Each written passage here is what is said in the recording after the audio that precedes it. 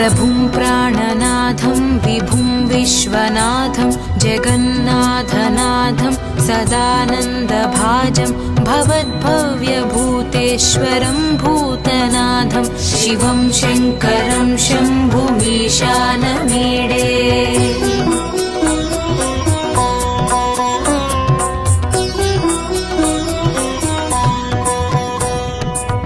गळेरुण्डमालं तनौ सर्पजालं महाकालकालं गणेशादिपालं जटाजूटगङ्गोत्तरं गैर्विशालं शिवं शङ्करं शम्भुमीशानमीडे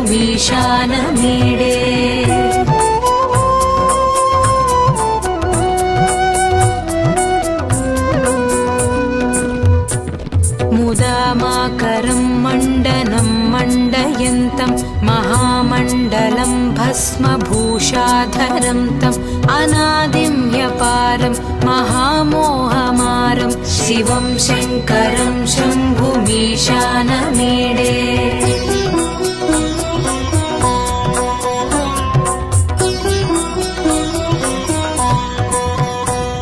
वटाधो निवासं महाटाट्टहासं महापापनाशं सदा सुप्रकाशं गिरीशं गणेशं सुरेशं महेशं शिवं शङ्करं शम्भुमीशानमीडे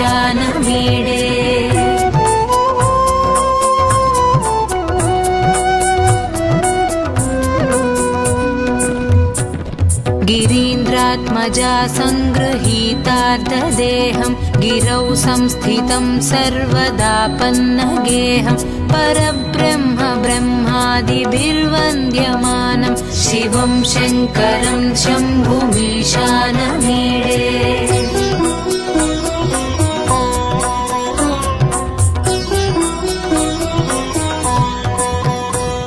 कपालं त्रिशूलं कराभ्यां दधानं पदाम्भोजनं रायकामं ददानं बलिवर्धमानं सुराणां प्रधानं शिवं शङ्करं शम्भुमीशानमीडे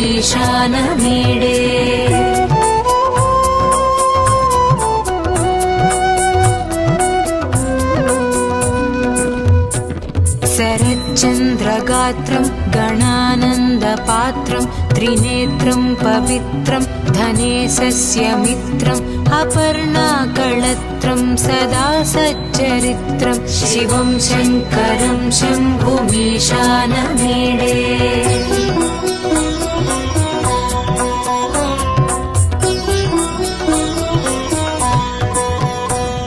हरं सर्पहारं चिताभूविहारं भवं वेदसारं सदा निर्विकारं श्मशाने वसन्तं मनोजं दहन्तं शिवं शङ्करं शम्भुमीशानमीडे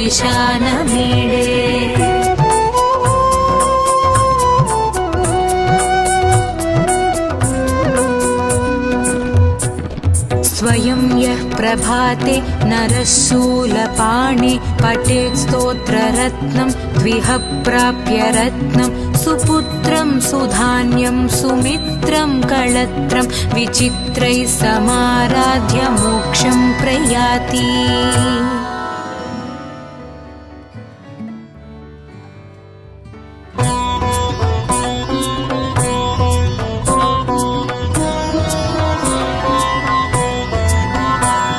प्रभुं प्राणनाथं विभुं विश्वनाथं जगन्नाथनाथं सदानन्दभाजं भवद्भव्यभूतेश्वरं भूतनाथं शिवं शङ्करं शम्भुमीशानमीडे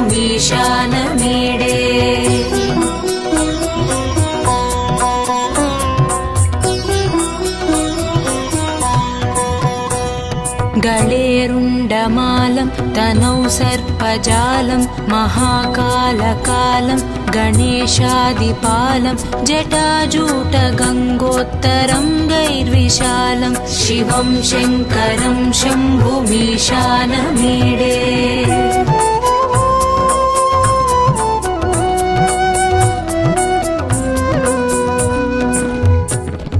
मुदामाकरं मण्डनं मण्डयन्तं महामण्डलं कालं भस्मभूषाधरं तम् अनादिं ह्यपारं महामोहमारं शिवं शङ्करं शम्भुमीशानमीडे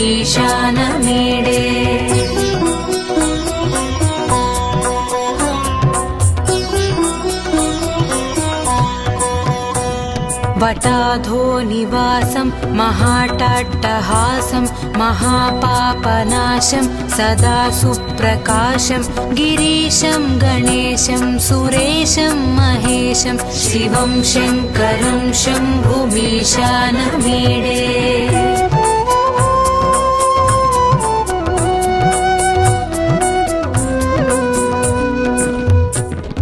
गिरीन्द्रात्मजा सङ्गृहीतार्धदेहं गिरौ संस्थितं सर्वदापन्नगेहं परब्रह्म ब्रह्मादिभिर्वन्द्यमानं शिवं शङ्करं शम्भुमीशानमीडे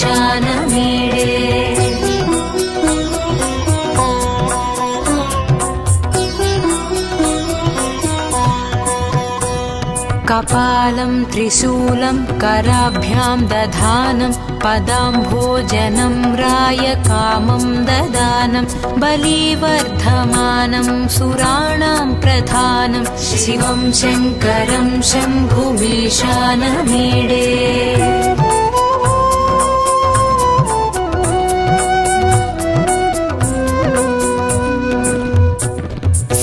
शरच्चन्द्रगात्रं गणानन्दपात्रं त्रिनेत्रं पवित्रं धनेशस्य मित्रम् अपर्णाकळत्रं सदा सच्चरित्रं शिवं शङ्करं शम्भुमीशानमीडे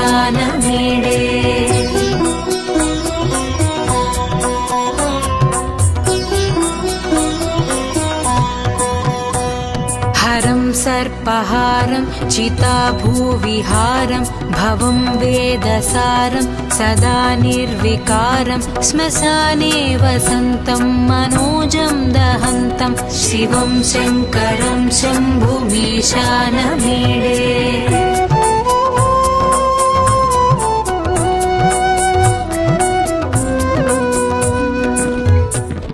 स्वयं यः प्रभाते नरः शूलपाणे पठेत् स्तोत्ररत्नं द्विह प्राप्य रत्नं सुपुत्रं सुधान्यं सुमित्रं कळत्रं विचित्रैः समाराध्य मोक्षं प्रयाति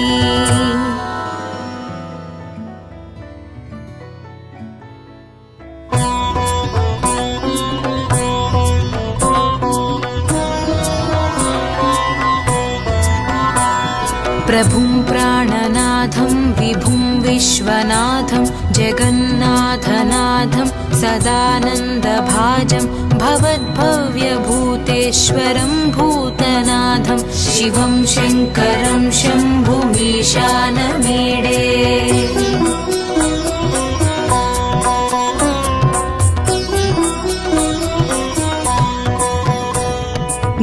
गळेरुण्डमालं तनौ सर्पजालं महाकालकालं गणेशादिपालं जटाजूटगङ्गोत्तरं गैर्विशालं शिवं शङ्करं शम्भुमीशानमीडे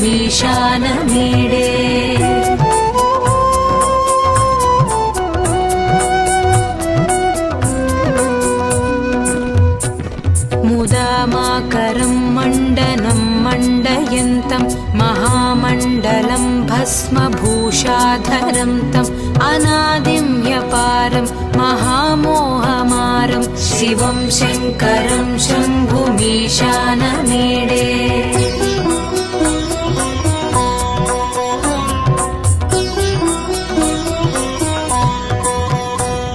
वटाधो निवासं महाटाट्टहासं महापापनाशं सदा सुप्रकाशं गिरीशं गणेशं सुरेशं महेशं शिवं शङ्करं शम्भुमीशानमीडे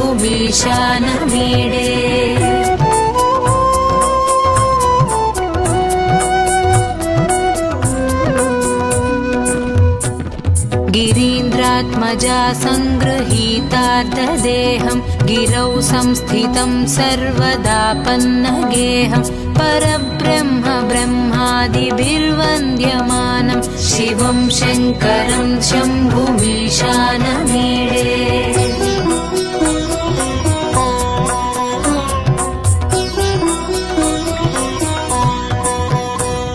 कपालं त्रिशूलं कराभ्यां दधानं पदाम्भोजनं रायकामं ददानं बलिवर्धमानं सुराणां प्रधानं शिवं शङ्करं शम्भुमीशानमीडे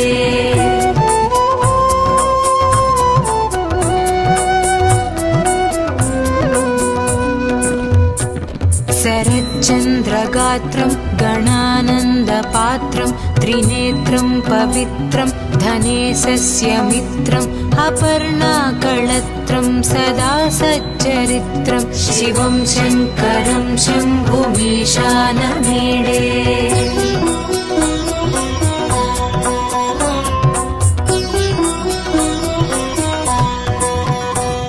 हरं सर्पहारं चिताभूविहारं भवं वेदसारं सदा निर्विकारं श्मशाने वसन्तं मनोजं दहन्तं शिवं शङ्करं शम्भुमीशानमीडे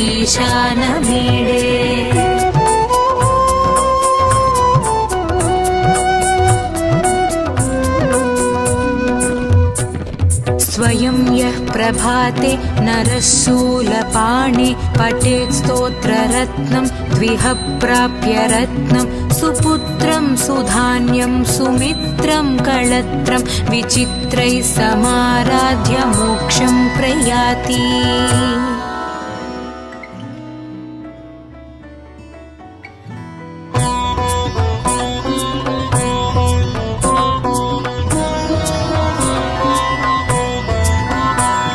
प्रभुं प्राणनाथं विभुं विश्वनाथं जगन्नाथनाथं सदानन्दभाजं भवद्भव्यभूतेश्वरं भूतनाथं शिवं शङ्करं शम्भुमीशानमीडे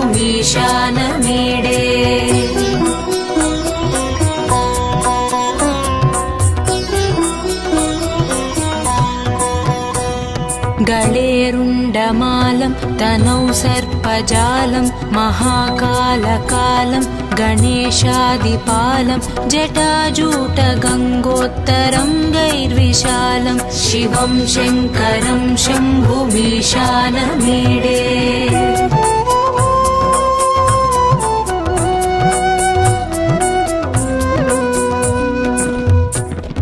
मुदामाकरं मण्डनं मण्डयन्तं महामण्डलं भस्मभूषाधरं तम् अनादिं ह्यपारं महामोहमारं शिवं शङ्करं शम्भुमीशानमीडे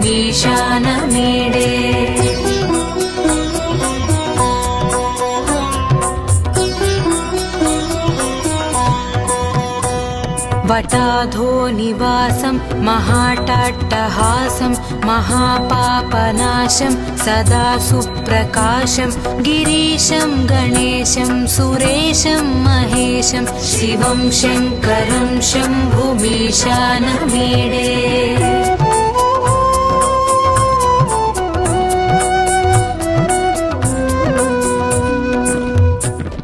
गिरीन्द्रात्मजा सङ्गृहीतार्तदेहं गिरौ संस्थितं सर्वदा पन्नगेहं परब्रह्म ब्रह्मादिभिर्वन्द्यमानं शिवं शङ्करं शम्भुमीशानमीडे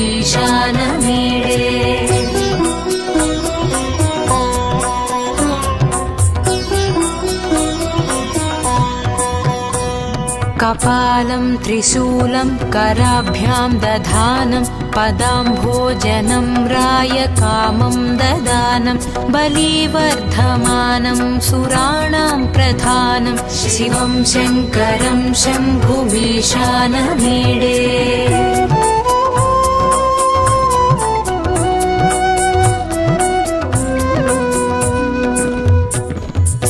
शरच्चन्द्रगात्रं गणानन्दपात्रं त्रिनेत्रं पवित्रं धनेशस्य मित्रम् अपर्णाकळत्रं सदा सच्चरित्रं शिवं शङ्करं शम्भुमीशानमीडे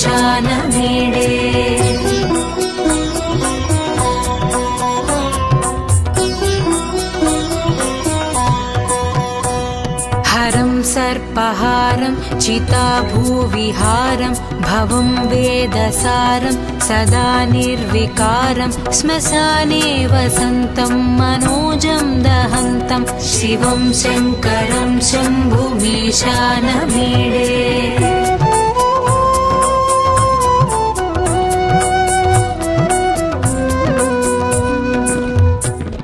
स्वयं यः प्रभाते नरः शूलपाणे पठेत् स्तोत्ररत्नं द्विह प्राप्य रत्नं सुपुत्रं सुधान्यं सुमित्रं कळत्रं विचित्रैः समाराध्य मोक्षं प्रयाति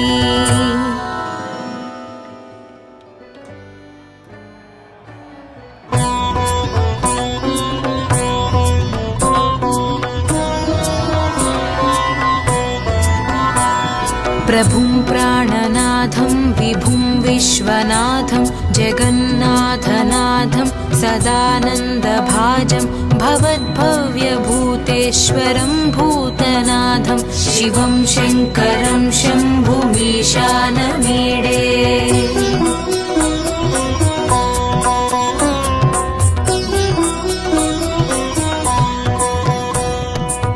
गळेरुण्डमालं तनौ सर्पजालं महाकालकालं गणेशादिपालं जटाजूटगङ्गोत्तरङ्गैर्विशालं शिवं शङ्करं शम्भुमीशानमीडे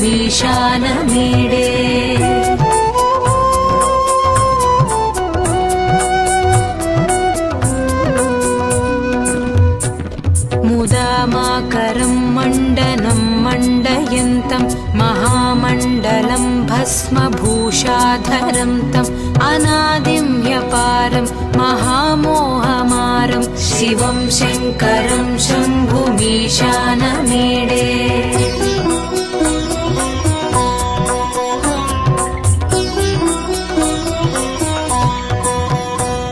वटाधो निवासं महाटाट्टहासं महापापनाशं सदा सुप्रकाशं गिरीशं गणेशं सुरेशं महेशं शिवं शङ्करं शम्भुमीशानमीडे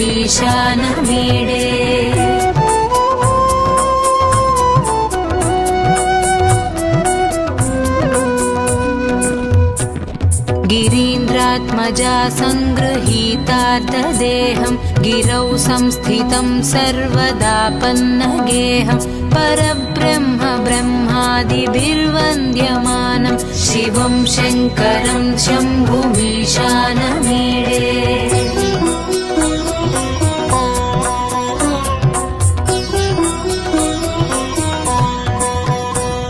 कपालं त्रिशूलं कराभ्यां दधानं पदाम्भोजनं रायकामं ददानं बलिवर्धमानं सुराणां प्रधानं शिवं शङ्करं शम्भुमीशानमीडे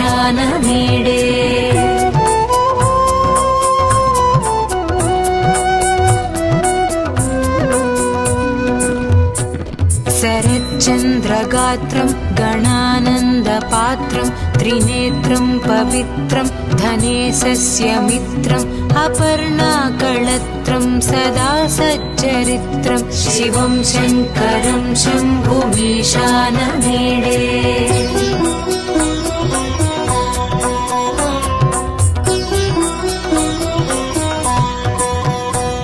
हरं सर्पहारं चिताभूविहारं भवं वेदसारं सदा निर्विकारं श्मशाने वसन्तं मनोजं दहन्तं शिवं शङ्करं शम्भुमीशानमीडे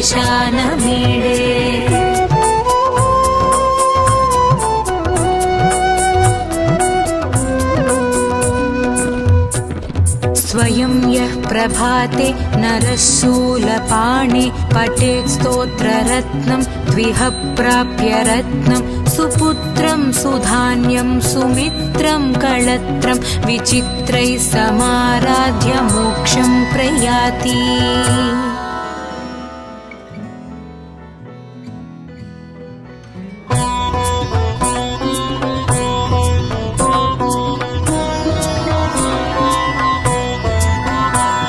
प्रभुं प्राणनाथं विभुं विश्वनाथं जगन्नाथनाथं सदानन्दभाजं भवद्भव्यभूतेश्वरं भूतनाथं शिवं शङ्करं शम्भुमीशानमीडे।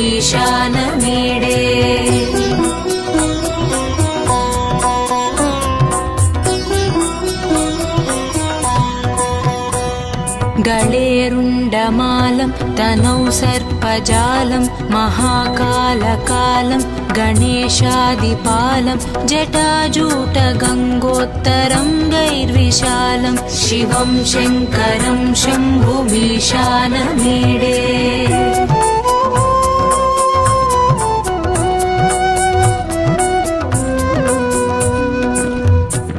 मुदामाकरं मण्डनं मण्डयन्तं महामण्डलं भस्मभूषाधरं तम् अनादिं ह्यपारं महामोहमारं शिवं शङ्करं शम्भुमीशानमीडे।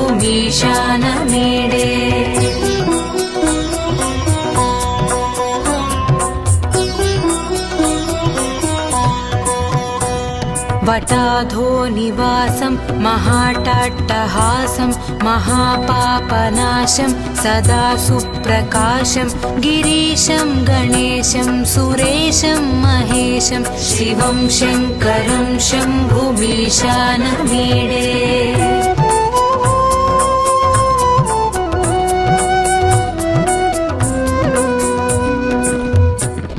गिरीन्द्रात्मजा सङ्गृहीतार्थदेहं गिरौ संस्थितं सर्वदापन्नगेहं परब्रह्म ब्रह्मादिभिर्वन्द्यमानं शिवं शङ्करं शम्भुमीशानमीडे।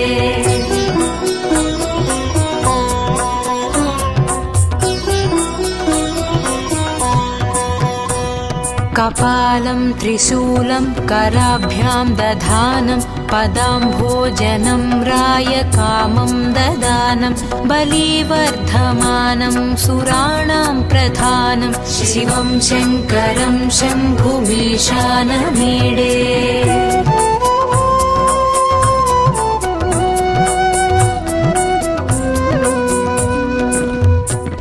शरच्चन्द्रगात्रं गणानन्दपात्रं त्रिनेत्रं पवित्रं धनेशस्य मित्रम् अपर्णाकळत्रं सदा सच्चरित्रं शिवं शङ्करं शम्भुमीशानमीडे।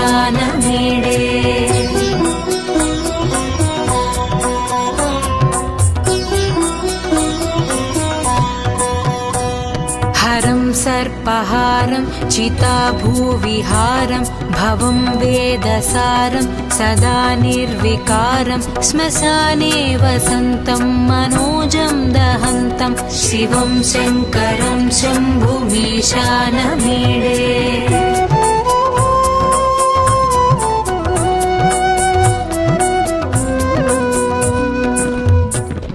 स्वयं यः प्रभाते नरः शूलपाणे पठेत् स्तोत्ररत्नं द्विह प्राप्य रत्नं सुपुत्रं सुधान्यं सुमित्रं कळत्रं विचित्रैः समाराध्य मोक्षं प्रयाति।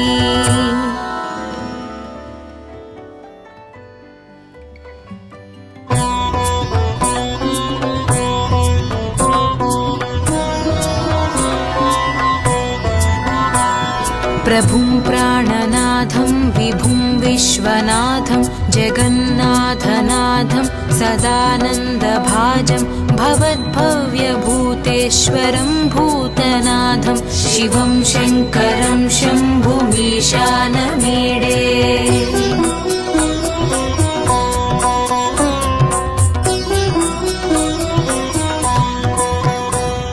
गळेरुण्डमालं तनौ सर्पजालं महाकालकालं गणेशादिपालं जटाजूटगङ्गोत्तरं गैर्विशालं शिवं शङ्करं शम्भुमीशानमीडे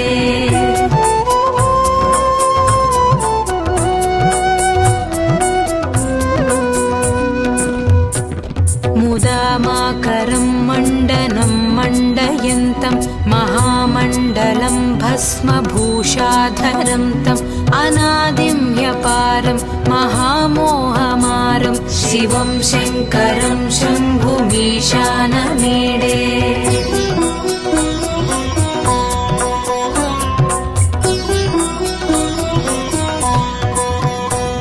वटाधो निवासं महाटाट्टहासं महापापनाशं सदा सुप्रकाशं गिरीशं गणेशं सुरेशं महेशं शिवं शङ्करं शम्भुमीशानमीडे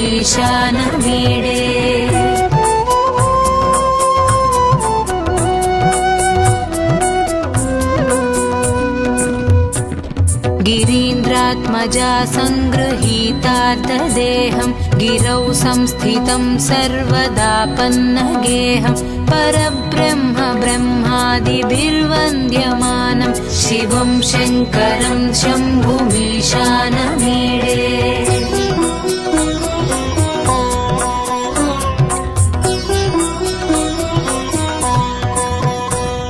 कपालं त्रिशूलं कराभ्यां दधानं पदाम्भोजनं रायकामं ददानं बलिवर्धमानं सुराणां प्रधानं शिवं शङ्करं शम्भुमीशानमीडे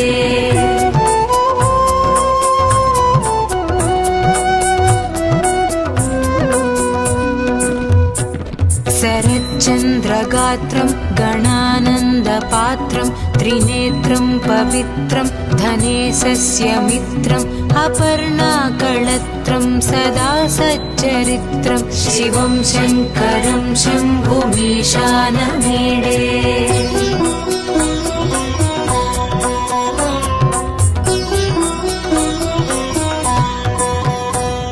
हरं सर्पहारं चिताभूविहारं भवं वेदसारं सदा निर्विकारं श्मशाने वसन्तं मनोजं दहन्तं शिवं शङ्करं शम्भुमीशानमीडे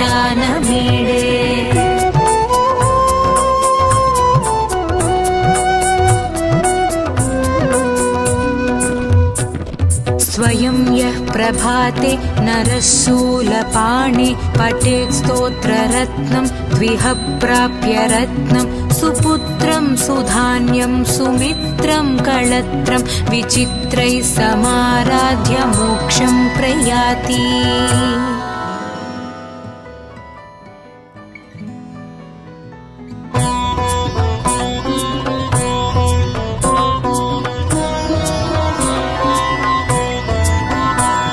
प्रभुं प्राणनाथं विभुं विश्वनाथं जगन्नाथनाथं सदानन्दभाजं भवद्भव्यभूतेश्वरं भूतनाथं शिवं शङ्करं शम्भुमीशानमीडे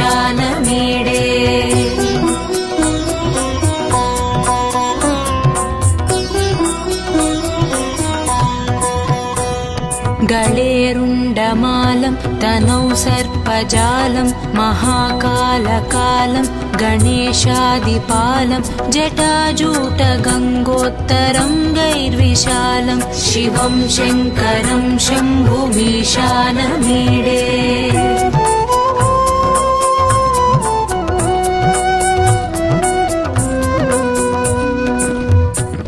मुदामाकरं मण्डनं मण्डयन्तं महामण्डलं भस्मभूषाधरं तम् अनादिं ह्यपारं महामोहमारं शिवं शङ्करं शम्भुमीशानमीडे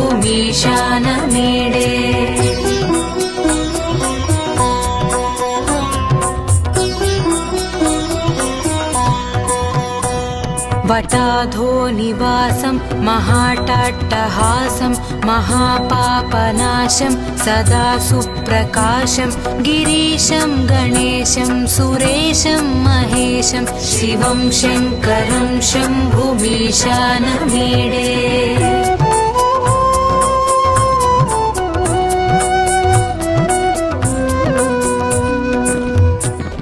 गिरीन्द्रात्मजा सङ्गृहीतार्धदेहं गिरौ संस्थितं सर्वदा पन्नगेहं परब्रह्म ब्रह्मादिभिर्वन्द्यमानं शिवं शङ्करं शम्भुमीशानमीडे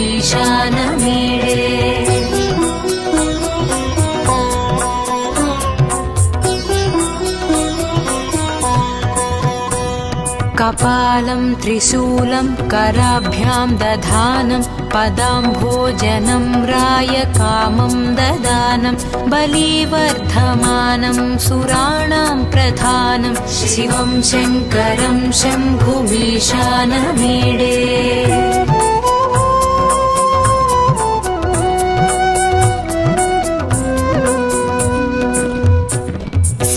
शरच्चन्द्रगात्रं गणानन्दपात्रं त्रिनेत्रं पवित्रं धनेशस्य मित्रम् अपर्णाकळत्रं सदा सच्चरित्रं शिवं शङ्करं शम्भुमीशानमीडे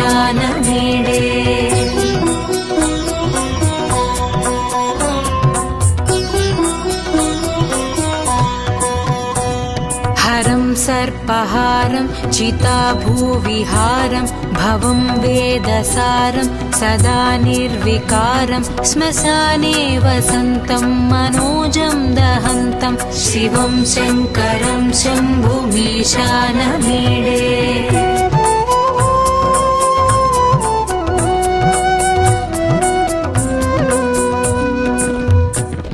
स्वयं यः प्रभाते नरः शूलपाणे पठेत् स्तोत्ररत्नं द्विह प्राप्य रत्नं सुपुत्रं सुधान्यं सुमित्रं कळत्रं विचित्रैः समाराध्य मोक्षं प्रयाति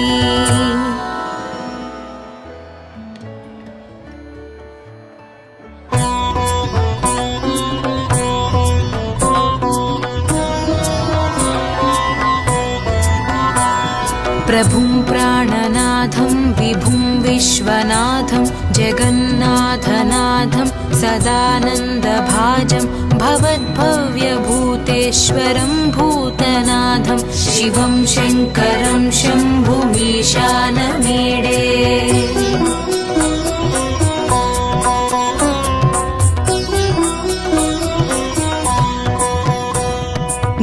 गळेरुण्डमालं तनौ सर्पजालं महाकालकालं गणेशादिपालं जटाजूटगङ्गोत्तरङ्गैर्विशालं शिवं शङ्करं शम्भुमीशानमीडे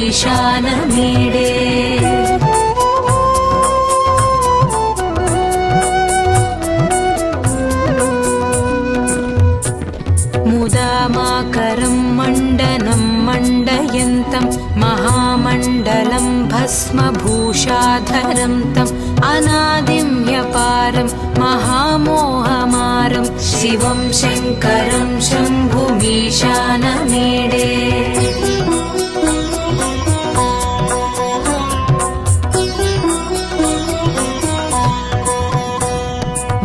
वटाधोनिवासं महाटाट्टहासं महापापनाशं सदा सुप्रकाशं गिरीशं गणेशं सुरेशं महेशं शिवं शङ्करं शम्भुमीशानमीडे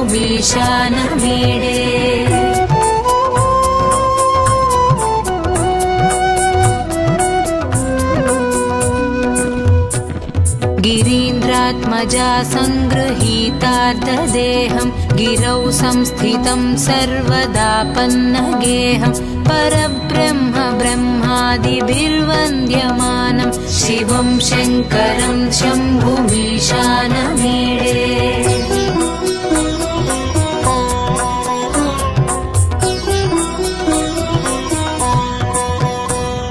कपालं त्रिशूलं कराभ्यां दधानं पदाम्भोजनं रायकामं ददानं बलिवर्धमानं सुराणां प्रधानं शिवं शङ्करं शम्भुमीशानमीडे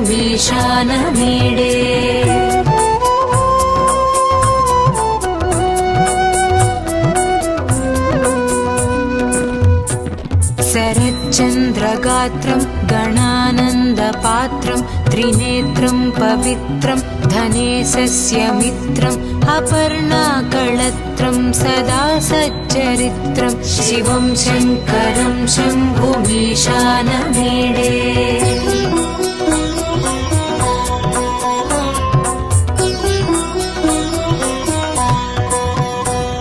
हरं सर्पहारं चिताभूविहारं भवं वेदसारं सदा निर्विकारं श्मशाने वसन्तं मनोजं दहन्तं शिवं शङ्करं शम्भुमीशानमीडे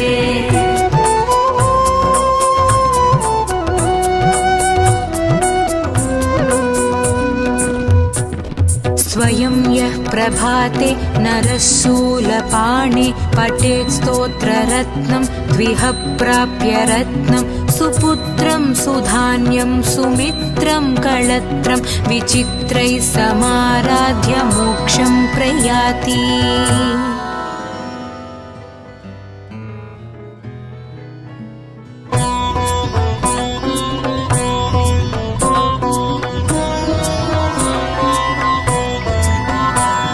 प्रभुं प्राणनाथं विभुं विश्वनाथं जगन्नाथनाथं सदानन्दभाजं भवद्भव्यभूतेश्वरं भूतनाथं शिवं शङ्करं शम्भुमीशानमीडे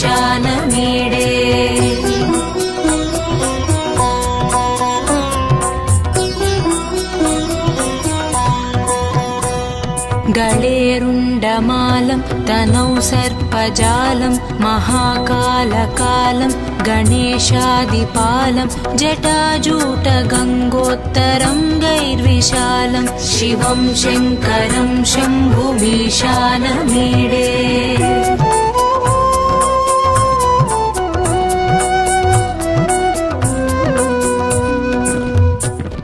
मुदामाकरं मण्डनं मण्डयन्तं महामण्डलं भस्मभूषाधरं तम् अनादिं ह्यपारं महामोहमारं शिवं शङ्करं शम्भुमीशानमीडे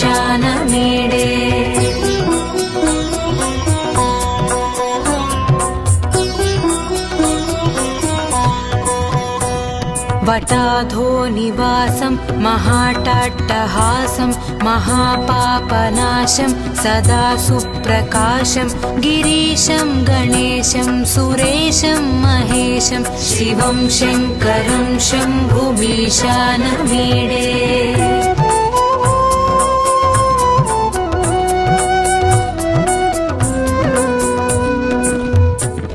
गिरीन्द्रात्मजा सङ्गृहीतार्थदेहं गिरौ संस्थितं सर्वदापन्नगेहं परब्रह्म ब्रह्मादिभिर्वन्द्यमानं शिवं शङ्करं शम्भुमीशानमीडे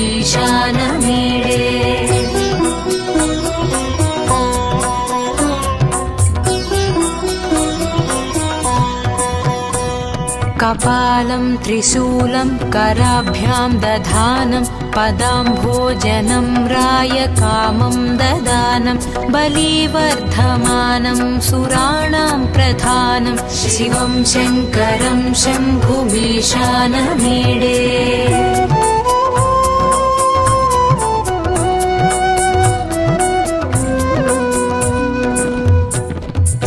शरच्चन्द्रगात्रं गणानन्दपात्रं त्रिनेत्रं पवित्रं धनेशस्य मित्रम् अपर्णाकळत्रं सदा सच्चरित्रं शिवं शङ्करं शम्भुमीशानमीडे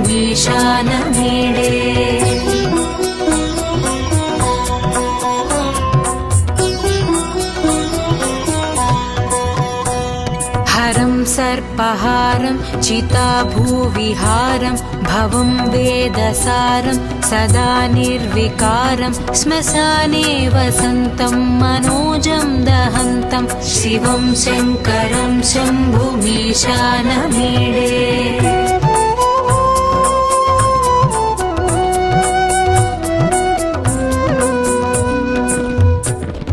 स्वयं यः प्रभाते नरः शूलपाणे पठेत् स्तोत्ररत्नं द्विह प्राप्य रत्नं सुपुत्रं सुधान्यं सुमित्रं कळत्रं विचित्रैः समाराध्य मोक्षं प्रयाति।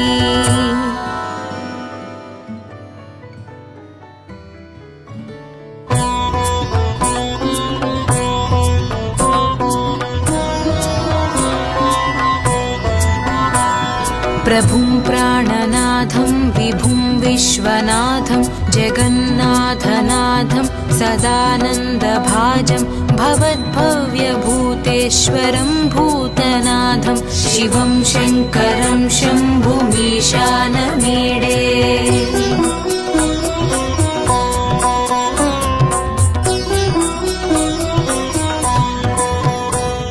गळेरुण्डमालं तनौ सर्पजालं महाकालकालं गणेशादिपालं जटाजूटगङ्गोत्तरं गैर्विशालं शिवं शङ्करं शम्भुमीशानमीडे।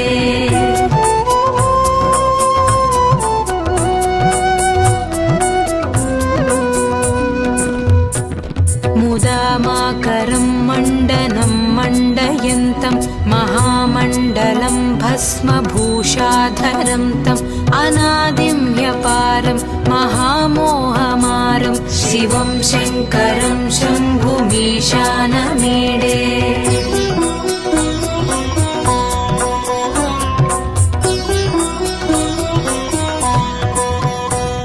वटाधो निवासं महाटाट्टहासं महापापनाशं सदा सुप्रकाशं गिरीशं गणेशं सुरेशं महेशं शिवं शङ्करं शम्भुमीशानमीडे।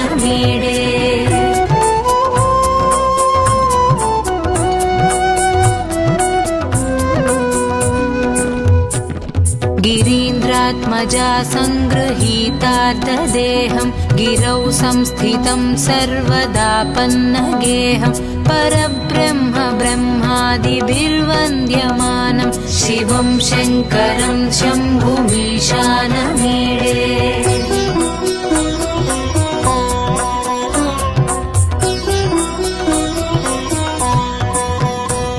कपालं त्रिशूलं कराभ्यां दधानं पदाम्भोजनं रायकामं ददानं बलिवर्धमानं सुराणां प्रधानं शिवं शङ्करं शम्भुमीशानमीडे।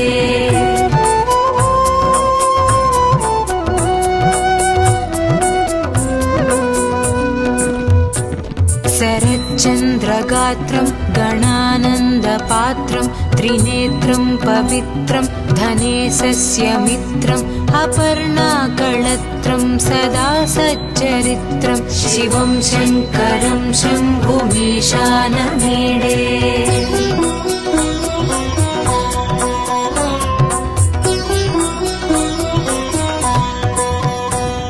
हरं सर्पहारं चिताभूविहारं भवं वेदसारं सदा निर्विकारं श्मशाने वसन्तं मनोजं दहन्तं शिवं शङ्करं शम्भुमीशानमीडे।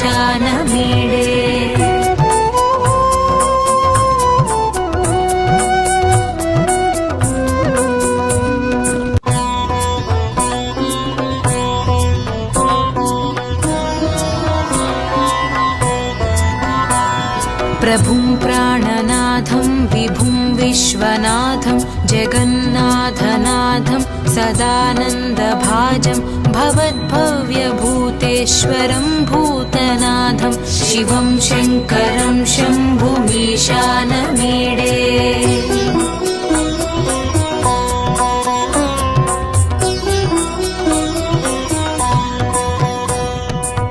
गलेरुण्डमालं तनौ सर्पजालं महाकालकालं गणेशादिपालं जटाजूटगङ्गोत्तरङ्गैर्विशालं शिवं शङ्करं शम्भुमीशानमीडे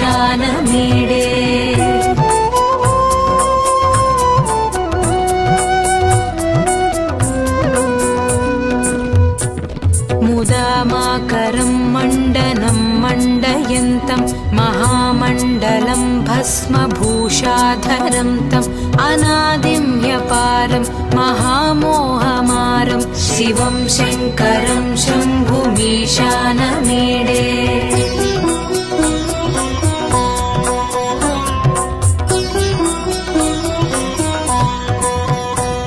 वटाधो निवासं महाटाट्टहासं महापापनाशं सदा सुप्रकाशं गिरीशं गणेशं सुरेशं महेशं शिवं शङ्करं शम्भुमीशानमीडे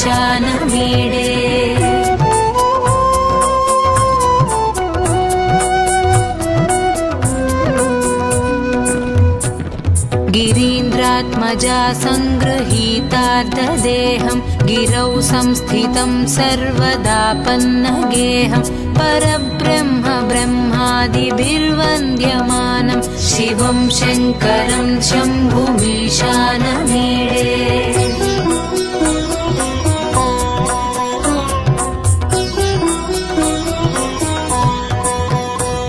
कपालं त्रिशूलं कराभ्यां दधानं पदाम्भोजनं रायकामं ददानं बलिवर्धमानं सुराणां प्रधानं शिवं शङ्करं शम्भुमीशानमीडे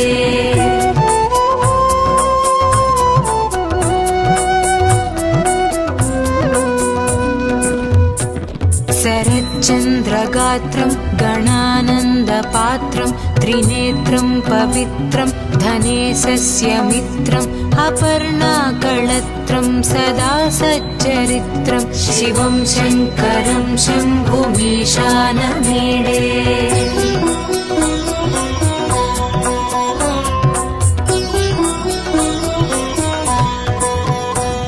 हरं सर्पहारं चिताभूविहारं भवं वेदसारं सदा निर्विकारं श्मशाने वसन्तं मनोजं दहन्तं शिवं शङ्करं शम्भुमीशानमीडे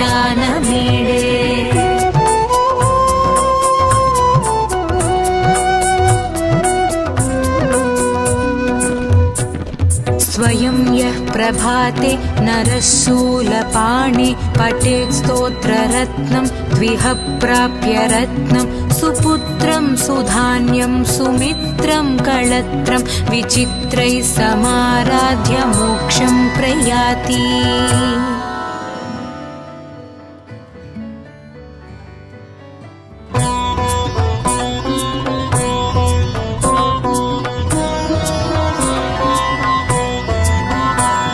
प्रभुं प्राणनाथं विभुं विश्वनाथं जगन्नाथनाथं सदानन्दभाजं भवद्भव्यभूतेश्वरं भूतनाथं शिवं शङ्करं शम्भुमीशानमीडे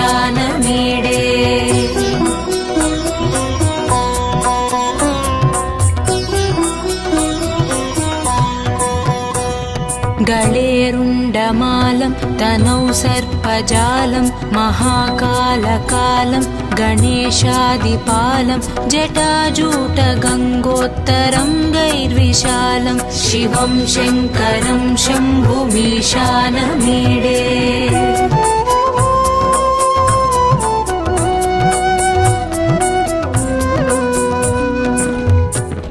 मुदामाकरं मण्डनं मण्डयन्तं महामण्डलं भस्मभूषाधरं तम् अनादिं ह्यपारं महामोहमारं शिवं शङ्करं शम्भुमीशानमीडे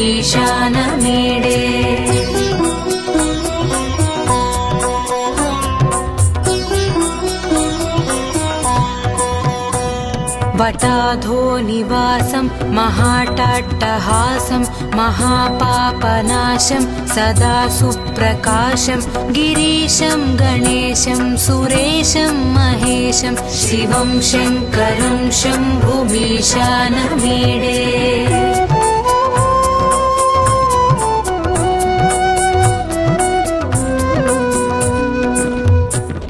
गिरीन्द्रात्मजा सङ्गृहीतार्तदेहं गिरौ संस्थितं सर्वदा पन्नगेहं परब्रह्म ब्रह्मादिभिर्वन्द्यमानं शिवं शङ्करं शम्भुमीशानमीडे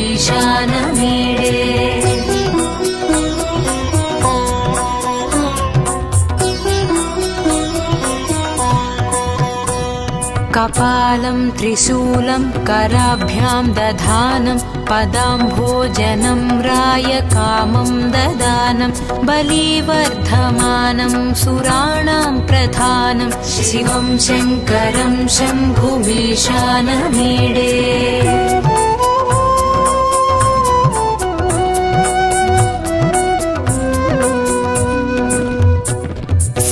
शरच्चन्द्रगात्रं गणानन्दपात्रं त्रिनेत्रं पवित्रं धनेशस्य मित्रम् अपर्णाकळत्रं सदा सच्चरित्रं शिवं शङ्करं शम्भुमीशानमीडे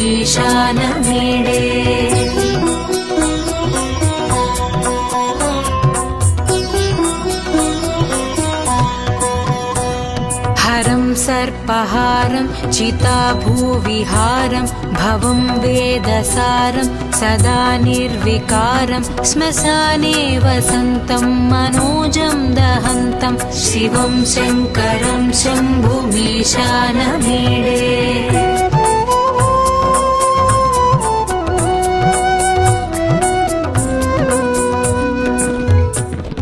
स्वयं यः प्रभाते नरः शूलपाणे पठेत् स्तोत्ररत्नं द्विह प्राप्य रत्नं सुपुत्रं सुधान्यं सुमित्रं कळत्रं विचित्रैः समाराध्य मोक्षं प्रयाति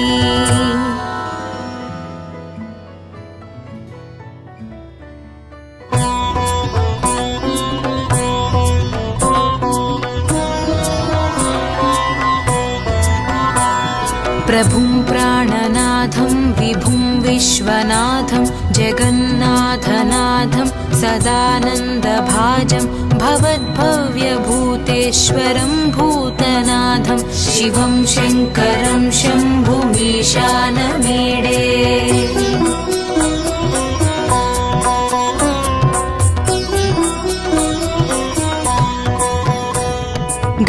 गळेरुण्डमालं तनौ सर्पजालं महाकालकालं गणेशादिपालं जटाजूटगङ्गोत्तरङ्गैर्विशालं शिवं शङ्करं शम्भुमीशानमीडे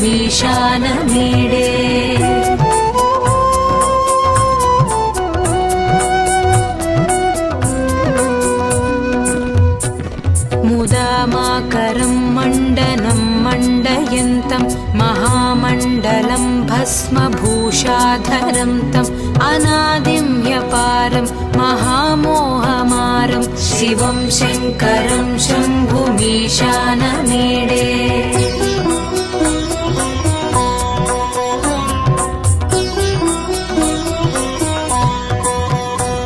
वटाधो निवासं महाटाट्टहासं महापापनाशं सदा सुप्रकाशं गिरीशं गणेशं सुरेशं महेशं शिवं शङ्करं शम्भुमीशानमीडे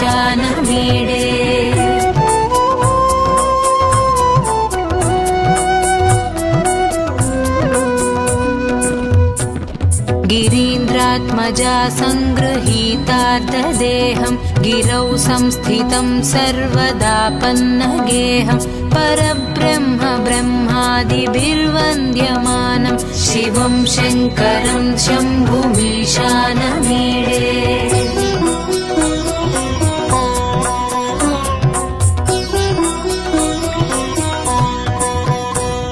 कपालं त्रिशूलं कराभ्यां दधानं पदाम्भोजनं रायकामं ददानं बलिवर्धमानं सुराणां प्रधानं शिवं शङ्करं शम्भुमीशानमीडे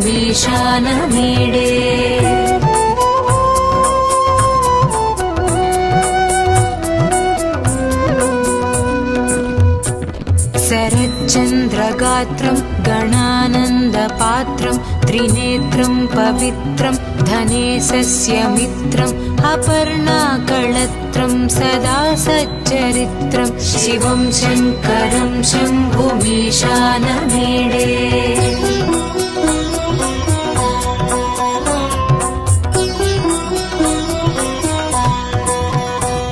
हरं सर्पहारं चिताभूविहारं भवं वेदसारं सदा निर्विकारं श्मशाने वसन्तं मनोजं दहन्तं शिवं शङ्करं शम्भुमीशानमीडे